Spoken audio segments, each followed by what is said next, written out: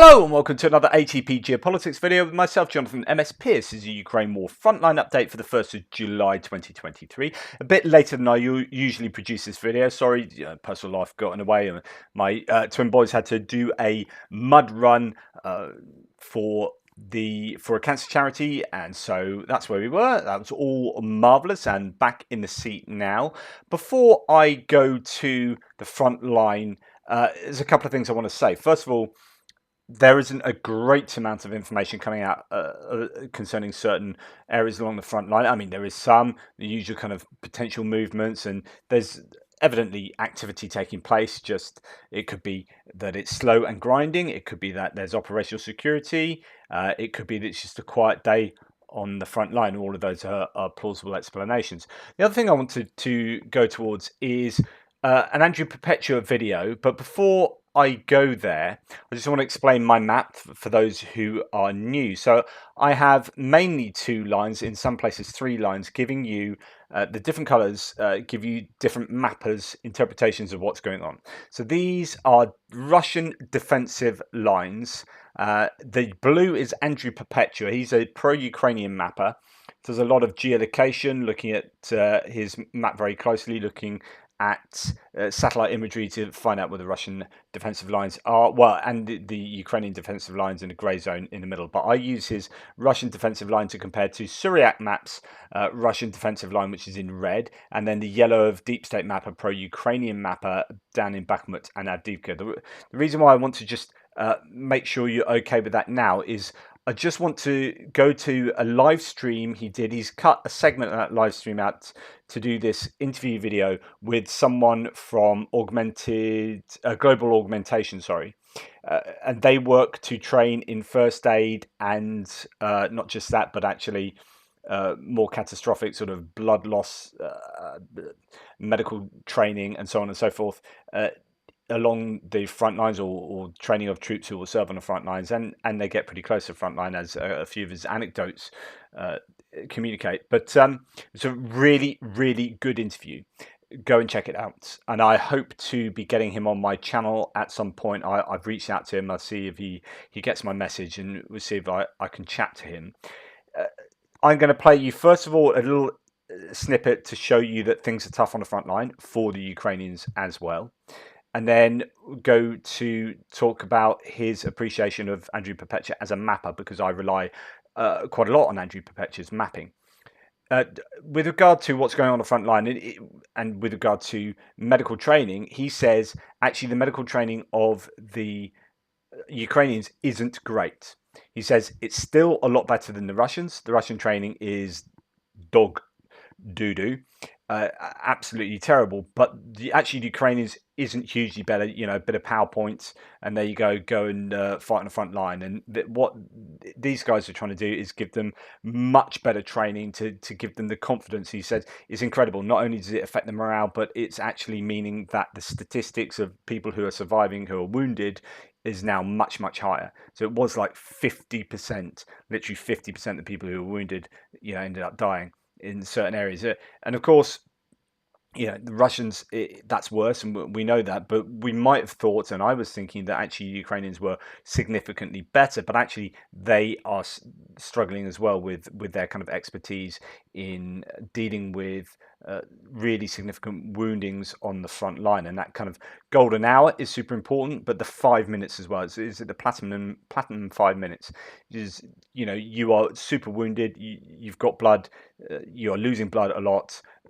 What do? You've got 5 minutes to sort it out. Now, if you don't have the expertise around you to sort that out, then hey, strong chance of you dying. So they are working really hard and are having some effect in dealing with that lack of training across the Ukrainian armed forces. Anyway, this is just a little snippet at the beginning of the chat. And they're like, well, you see, and they kind of slow rolled it out. Like, well, it's fine. I only learned later they've gone to the trench line to go help and do some stuff, and they dropped off. He's talking about a couple of his guys who were going to drop off some gauzes, but they actually accidentally went to the trench line, to the front line. A bunch of really good medical gauze that guy used within 10 minutes. The counteroffensive is bloody. detract from the positive part of the story real quick. Counteroffensive is horrifically bloody. You guys have no fucking idea. But that's what happens when you assault defensive positions. So they dropped off a bunch of medical. I just thought that snippet from someone who has intimate knowledge of the war and what is going on along the front line, is dropping off medical supplies, knows the medical situation, knows the woundings, and a lot more than you and I know. Horrifically bloody. That's going to be for both sides, of course, but he's looking at the Ukrainian side, and it's not easy. So don't think that this offensive is a walk in the park. And when it is slow and attritional like this, it's slow and attritional for both sides. So it's a bit of a reality check. The Ukrainians will be losing, large numbers of troops and, as we know, mechanized equipment. The question is always, but are they losing them at preferable ratios to the Russians? Almost certainly, but it still will be taking a heavy toll. And then I want to just zip through, and this is important for me to know because I am relaying to, and it's important for you to know as well. I'm relaying to you mapping details on a daily basis. The question for you is, well, does Jonathan Pierce know what he's talking about? And the question for me then is, well, does Andrew Perpetua know what he's talking about? Because I rely on, I'm not doing the mapping myself, right? I'm an aggregator. So what are the standards of the sources I refer to? And I always try and give caveats and try and say, well, take this with a pinch of salt and so on and so forth. There will, and I say that, look, this is a pro-Ukrainian mapper, or this is a pro-Russian mapper. They will have their biases. This is what they're saying. You kind of make up your own mind, or I'll try and steer you towards what I think is a correct interpretation here. But I have my biases, so on and so forth. And this guy uses Andrew Perpetua's maps and has intimate knowledge and knows some of the sources and so on and so forth. And this is what he says. And then thank you guys for everything. And seriously, the stuff Andrew does is phenomenal. The work he does, the people he communicates with, the information he provides is invaluable. It has already saved lives. I have directed it to humanitarian groups who are instead like, well, we're going to drive into North Kupiansk today. I go, but why do you desire to drive into artillery fire? Well, we need to deliver all these blankets. My brother in Christ, it is April. You should reconsider. Information is a massive weapon in this war. And Andrew's information is the best there is. Bar none, no bullshit. I've seen him since he was just kind of, for lack of a better term, fucking around on his own doing this. And he is bar none the best map you're going to get outside of looking at a Ukrainian commander's personal one. And they get real pissed when you post those on Twitter. You have to post them in Discord groups, is what I've heard about top secret documents. Yeah. So that is to say that look, here's a guy that uses them. He's on the front lines, or very close to the front lines, or has interactions with the front lines on a consistent basis. And he's like, this is the best mapper out there, bar none. And he's that adamant about that. So that to me is really good news, because it means that I'm on the right track. Thanks to Andrew Perpetua. We've done some collaborations. I've interviewed him a number of times, and I will continue hopefully to do so. But just to let you guys know, and it's super important that hopefully you're in safe hands with regard to me relying on him for at least the pro-Ukrainian mapping, of the front lines. Anyway, let's now get on with it. Sorry to go into that, but I think that is important. Right. If we go to the northeast sector, so that's the Kupiansk-Kreminna to Svatova front line here. There's not too much to report about the northern area of that. As we come down, we look at the Institute for the Study of War, American military think tank, says, yes, activity in Novoselivska, so that's near Kuzymivka, which is just, we come down south here from Kupiansk near Kuzymivka. I think there's positional fighting in Kupiansk where the Russians had made some gains. Haven't heard anything about that really since then. And then as we come further down, there's activity around the forest area, in particular, Kuzymerna is mentioned. That's a small village in that Serebyansky forest to the west of Kreminna, here on the southern part of this Luhansk front line. Okay, so if we now go to the ISW again. So a Russian mill blogger claimed that Russian forces had the initiative west of Kreminna, but failed to break through in the area, only capturing some Ukrainian positions and pushing Ukrainian forces westward.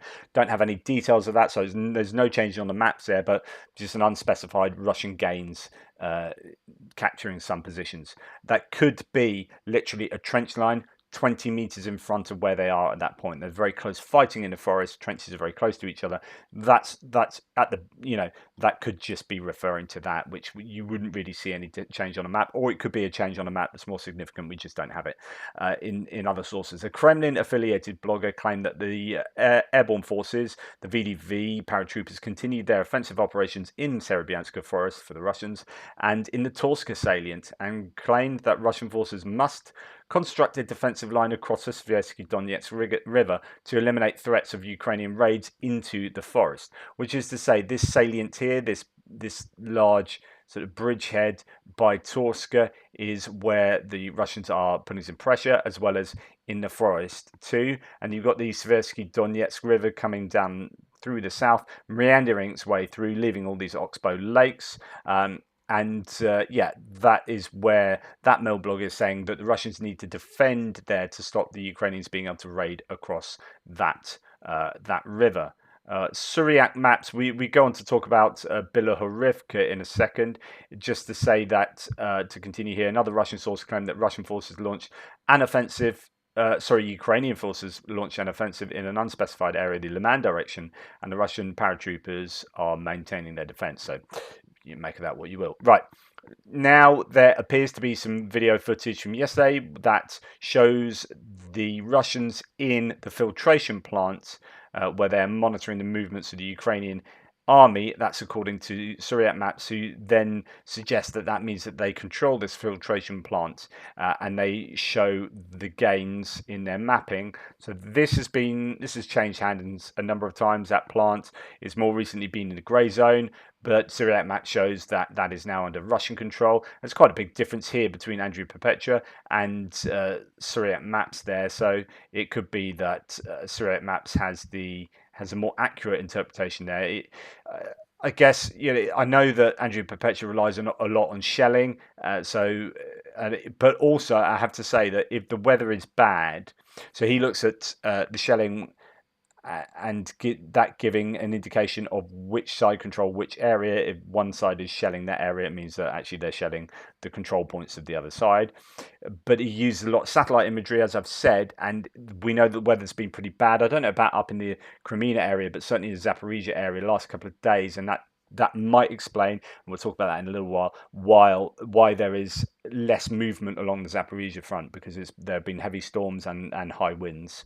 But anyway, there could be some Russian gains there, as you can see, difference between the two mappers. And then as we come further down south, really we're getting on to Bakhmut. There's been a lot of talk about Rozdilivka and this Vasily over the last week or so. As we come down to the ISW, it says Ukrainian General Staff reported that Ukrainian forces had partial success on the Privilia-Zalezyansky line and consolidated new positions. Russian mill bloggers claimed that Ukrainian forces made gains near the Kupiansk-Kreminna dam, about 13 kilometers southwest of Bakhmut. And in fact, that is worth sort of concentrating on, because if we come to look at the map, so here we start getting the yellow line of the pro-Ukrainian map, a deep state map that themselves, although they are 48 to 72 hours behind due to operational security, that the other two mappers don't adhere to in the same way, in a kind of move your lines way. There are gains for Syriac maps admitting that the Russians are finding it hard along the E40 or the M03 highway coming out of the north of Bakhmut. The Ukrainians are pushing the Russians back there.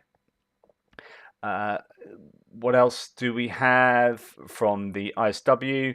Oh yes, and gains near the Kupiansk Dam. That's Ukrainian gains. Now, this is interesting because, okay, I'm going to pop down to the south of Bakhmut, the other flank, really. And we have several gains here from Syriac maps. So if we look at Syriac maps here, there is the advance of the Ukrainians. That's in the Orikova-Vasilivka area that we just talked about by that highway coming in there.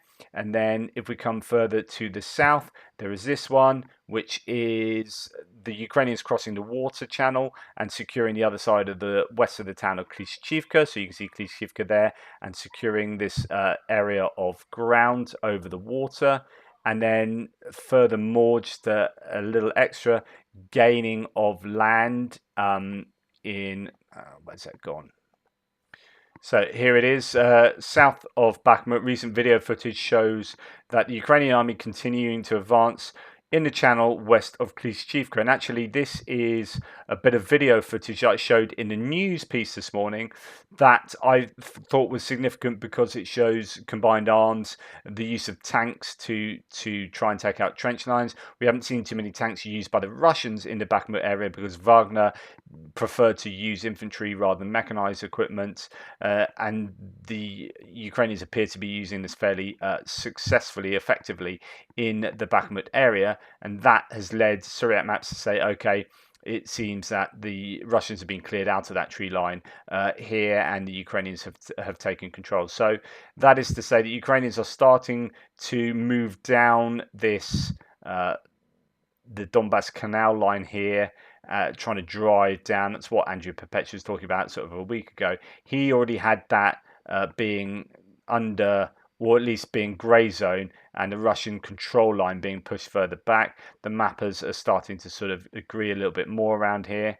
But I find it interesting that the ISW said that Ukrainians have made gains around the dam place. So this is the dam here. And today, Deep State Map did make a change in favour of the Russians, but we know that they're also 48 to 72 hours behind. So this could have been something that took place like 3 days ago. We just don't know for sure. But Deep State suddenly went from the Russians being behind the canal here to the Russians having control across on the western side of the canal, and that pertains to this area of land over this kind of tunnel of the canal there. There are 2 tunnels.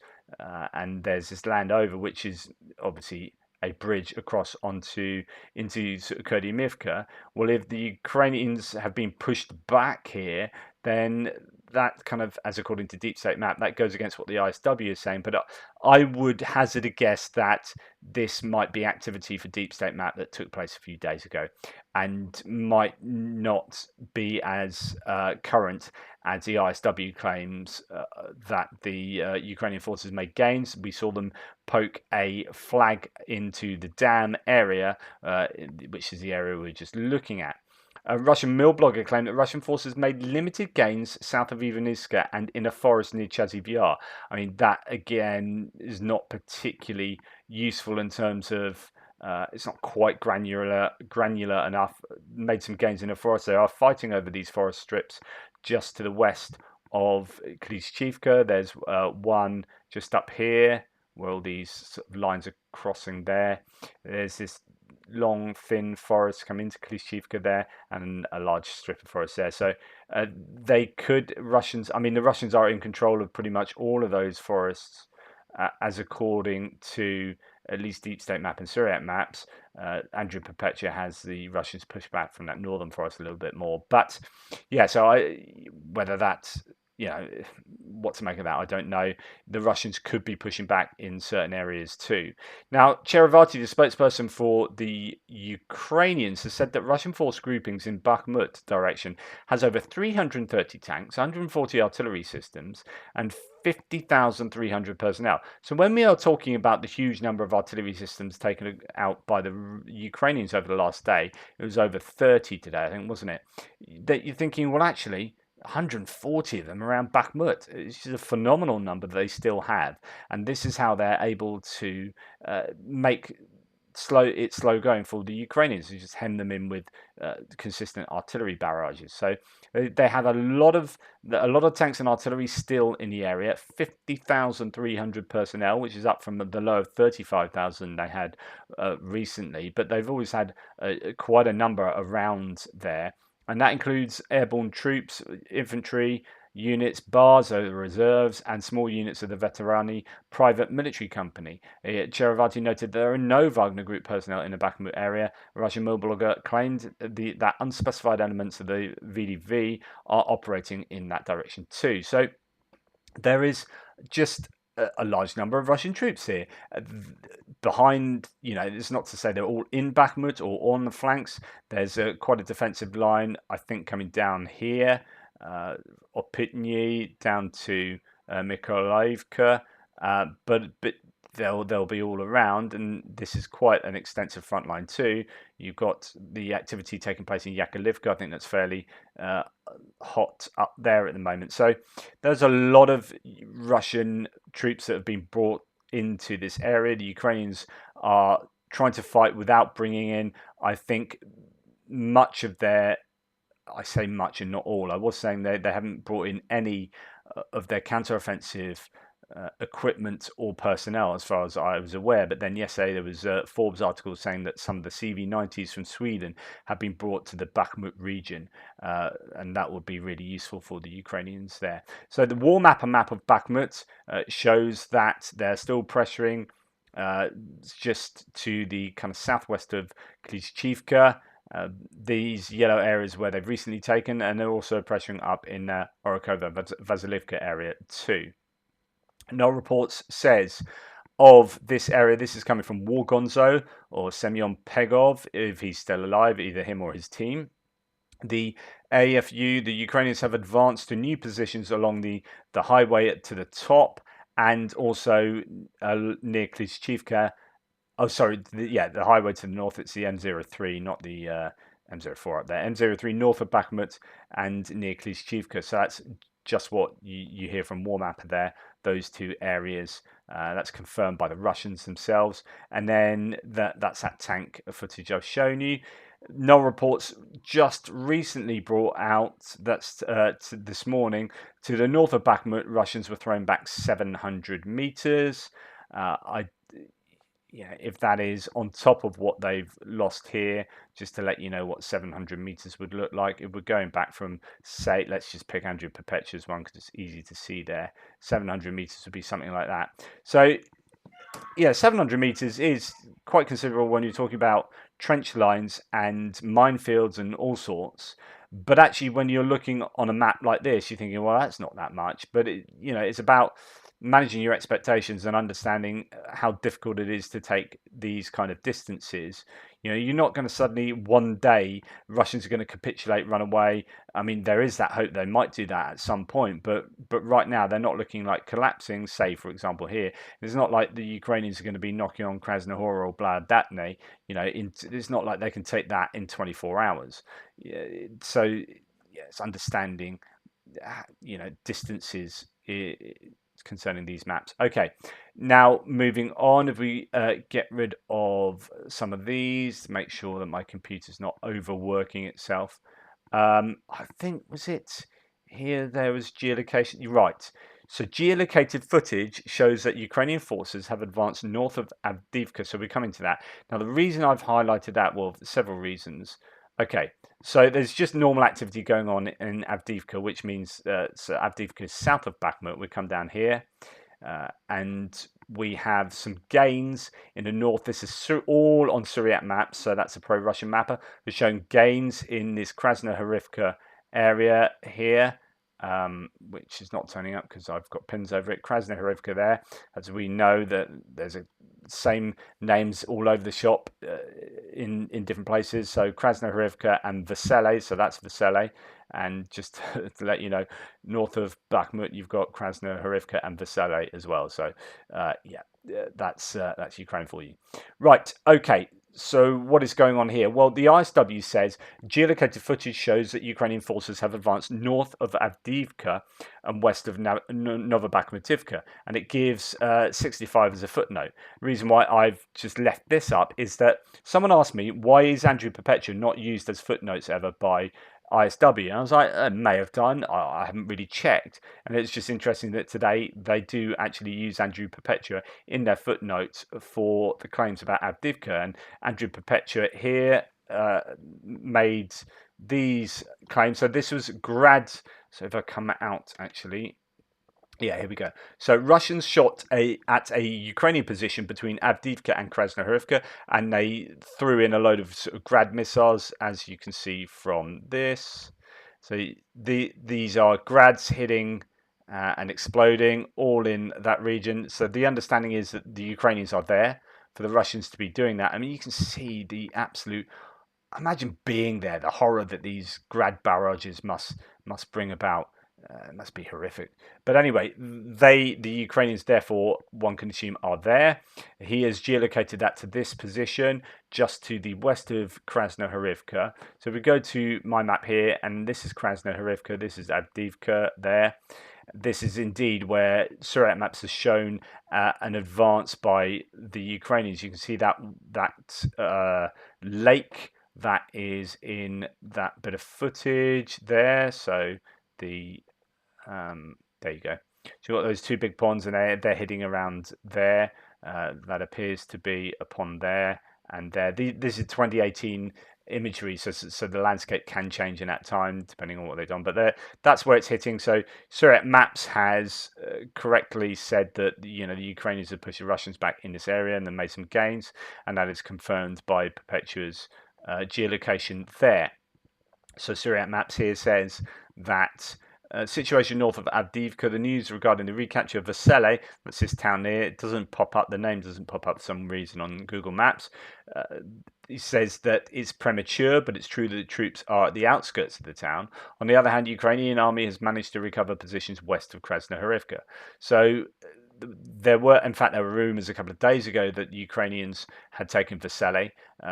Gains by Andrew Perpetua yesterday in that area, and for Suriyat Maps here in the Krasnohorivka area. So the Ukrainians are having some success now, pushing the Russians back from their gains, that are quite extensive gains that they made towards Stepova, this small town there, just to the north of Avdiivka, over the railway line at one point. Or there were different claims about whether the Russians traversed the railway line. They are now being pushed back towards the west, towards Novoselivska Druha and Novobakhmutivka further to the north. Okay.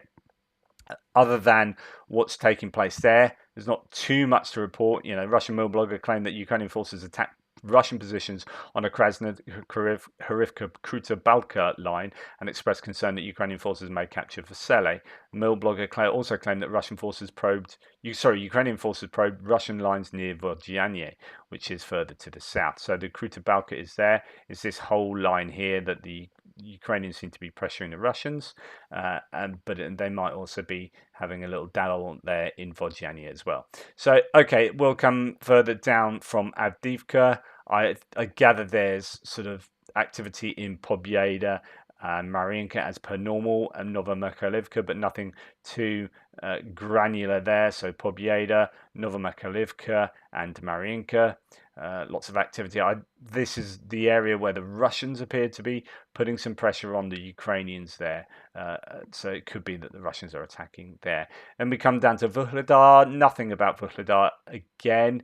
And indeed, there's really not a lot of information coming out about here either.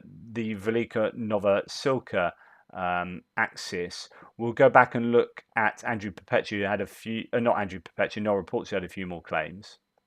So just to remind you of this sector, you've got south of Velika Novosilka, you've got Makarivka that was taken, you've got these towns coming down the river, and you've got a lot of fighting over Staromayorska and Uruzhaini here. They're on the outskirts of both, it appears, the Ukrainians. And then fighting for Priyutne after Rivnopil fell or was liberated by the Ukrainians. The Ukrainians are pushing the Russians back, trying to attack Priyutne from several directions and Staromayorsk from several directions. So the latest claim, Rebar reports, so that's a pro-Russian source, reporting that fighting is near Staromayorsk and the area to the west of it. A couple of days ago, it became already known that the Ukrainians were trying to press forwards towards the forest ridge. It's difficult to know exactly what forest ridge that is, because from this 2018 map there isn't too much forestry in the area, just sort of tree lines and whatnot dotted around. It could be that it's this area but that's a bit further south from Staromorska, so I doubt that's the case. So yeah, difficult to know exactly where that is. But that's the activity taking place there. Another report here saying the Ukrainians have advanced towards Pryutne from Levadne and taken new positions along the M04. Just trying to work out whether that is in this area, the M04. But not too sure. It could be more over towards Robotina. Okay, so as you can see, kind of vague claims of activity in these areas. The ISW says of here that the Ukrainian General Staff reported the Ukrainian forces achieved unspecified partial success along the Levadne-Pryutne line and consolidated on newly reached lines. So there is this idea that once they take positions, they do have to consolidate them, clear them out of mines, make sure that everywhere is safe before moving on. So yeah, that is activity that ISW is saying is taking place. That consolidation. A Russian mill blogger claimed that Ukrainian forces have improved their tactical positions along the Staromorska Rivnepil line. So along here, that's a Russian mill blogger saying the Ukrainians are, setting themselves up in better positions there now.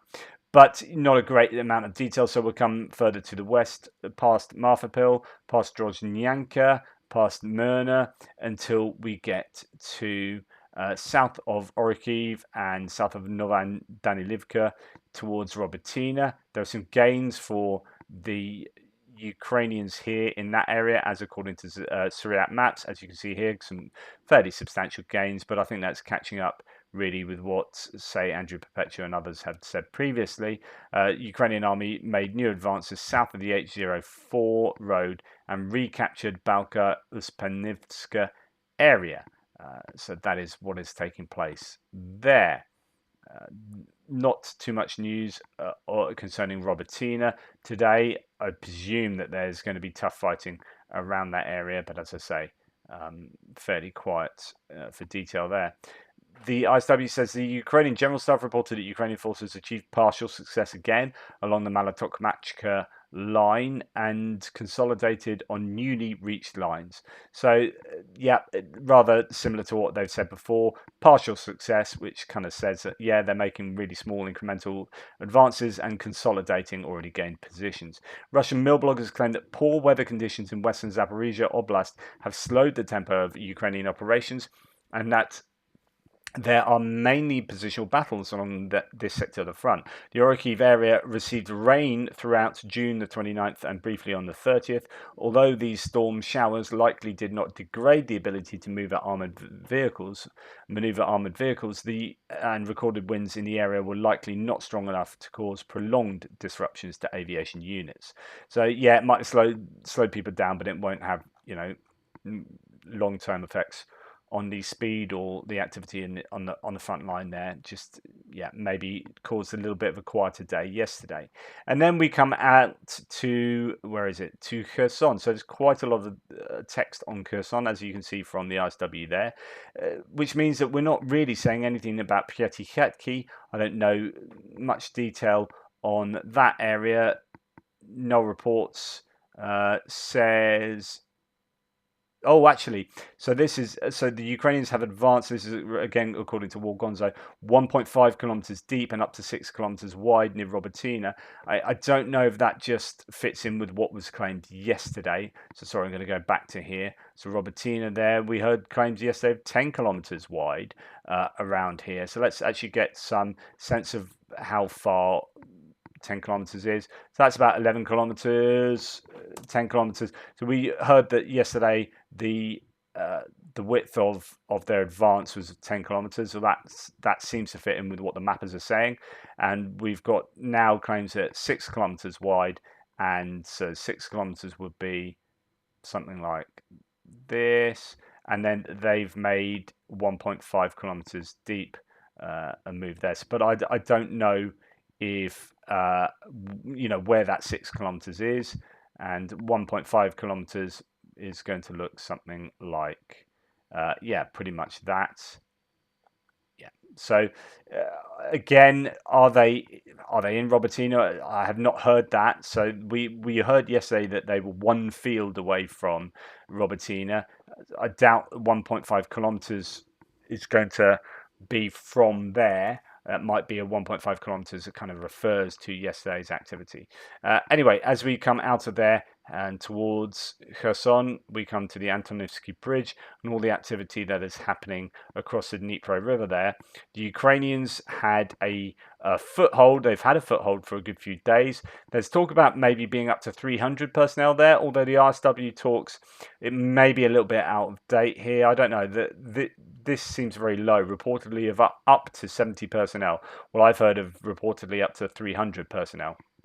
There was 100, then there was 120, and now talk about there being 300. So I don't really know, but I guess it probably would be more than 70. I think this is probably going to be some kind of semi-major attack or localized attack, but not just a reconnaissance group. There are talk about 3 tanks being ferried across, but I've not seen any evidence of that so far. The Ukrainians do have the ability to remote mine. So what you'll notice here is that actually this is where they landed across, and they're hiding under the bridge, some of them. There might even be a bunker underneath the bridge. This was hit with an Iskander missile that looked rather like this. Let's show you the Kherson stuff. So yeah, so the bridge hit was here. You can see there quite a big explosion, thinking that okay, that's pretty major. It actually is not probably as big a destruction as that you might have imagined from that strike. I don't know what the shockwaves are like and what that would do to humans nearby, but there were talk that there's actually a bunker entrance under there and that Ukrainians were under that, so it might not have been significant damage to Ukrainians. Or, on the other hand, it might have been as well. I'm not just saying that because I'm pro-Ukrainian, but it's about evidence, isn't it? Russian channels. Well, okay. Before we talk about that, I was talking about how okay, that's the beginning of the bridge as it hits the land on this island before you actually get fully to the other side of the Kakhovka River proper in Oleshki. So these are kind of, yes, the main river is there, but these are kind of islands separated by sort of rivulets or not. That's no more parts of the river, the Konka River actually, which in this delta area. And what the Ukrainians have been doing is sending these kamikaze drones, these sea drones, USVs, unmanned sea vehicles packed with explosives, to blow up this bridge here at that point to stop the Russians being able to supply their defensive forces operating to push the Ukrainians back up here. So they've been looking to blow that up, but as well they've been throwing over remote mines, probably sending them up with artillery and although remote, I'd be interested in remote mines. I'd have to look into what kind of trigger they would have, rather than just mines being sent, like pressure mines being sent up and having to drive out and driving over them. Remote mines, I don't know, but I was assuming they'd be sending these kind of ram shells across that kind of split in the air and throw down these mines, and they're mining this area. And there's been footage of Russian vehicles being blown up by them. Don't know. Yes, I think this is one here. So this is a Russian tank that is hit. Actually, this might have been hit by 2 ATGMs rather than remote mines. It is trying to get out of there and then sort of careers off the side. It's not in a good way, but it is still moving after being hit twice. So, it's done fairly well there. This is a Russian tank that's reportedly hit with 2 ATGMs. So this is that section of the bridge, as far as I can work out, that is here. Yeah? So you've got that bridge there. You've got a little rivulet coming down there. I think that's right. Yeah, coming down there. So when you look at this, it gives you a sense of up here, you've got quite a lot of land going up to the top of the video up there. And this is the bridge where the Russians are supplying their defensive forces. So they're trying to take out that bridge and take out the vehicles crossing it. Okay, so Trentelenko said about that Iskander missile. This is an observation shared with me on the Iskander attack. Quote, the AFU lodgement is spread out over multiple clicks either side of the bridge. So that would be either side of this strike there, either side of the strike on the bridge. You would have to fly multiple heavy bomber arc lights to drop several small tactical nukes to get them all. Someone else saying, here is a famous strike by the Iskander ballistic missile on the Antonovsky Bridge on the left bank, where the Ukrainians have a foothold. Hitting the bridge would not help. The narrow Dnipro River could be crossed in multiple places. The Russians have reacted too slowly on this bridgehead. All of this is downstream of blowing up the Kakhovka Dam to allow the Russians to send their Kherson blocking force to Bakhmut and Zaporizhia. This is why the Russian evacuation of the Zaporizhia nuclear power plant is so ominous. Russia blowing up the Zaporizhia nuclear power plant to block large portions of the front is the same logic as blowing up the Kakhovka Dam. So I don't know whether they are planning on doing that. There are lots of rumors going around. But they've certainly, well, there are claims that the Russians have pulled troops out from this area after the blowing of the Kakhovka Dam to then support the Zaporizhia and Bakhmut fronts, the troops that were here. And now it looks like the Russians might be in a bit of a bind because actually the Ukrainians have traversed the river and are putting pressure on the Russians there. What else is there to say? So Ukrainians continue to build up reserves in the area. Russians try to oust the Ukrainian defenders with slight success, although Ukrainian artillery is active, fights continue, remote mining continues, which inflict Russian losses. So that's the situation there. I'm not too sure of any further advances or information. A part of the Antonovsky Bridge with the left bank where Ukrainian troops were dug in has collapsed. Russian forces say that Ukrainian presence remains unchanged. So, yeah, more of the same. Will we see some advances for the Ukrainians in that area? Quite possibly today. Well, I'll keep an eye on it. Anyway, that's what's been going on the front line. Sorry, I would normally have tried to get Rebar's source as well, pro-Russian sources, to give a bit of balance. Just haven't had time. I've been out, so apologies for that. But I think you get a sense that there's not a huge amount of change, but there's activity taking place as per normal. Right. Anyway, that's a lot longer than I was hoping it would be. Take care, and I'll speak to you soon.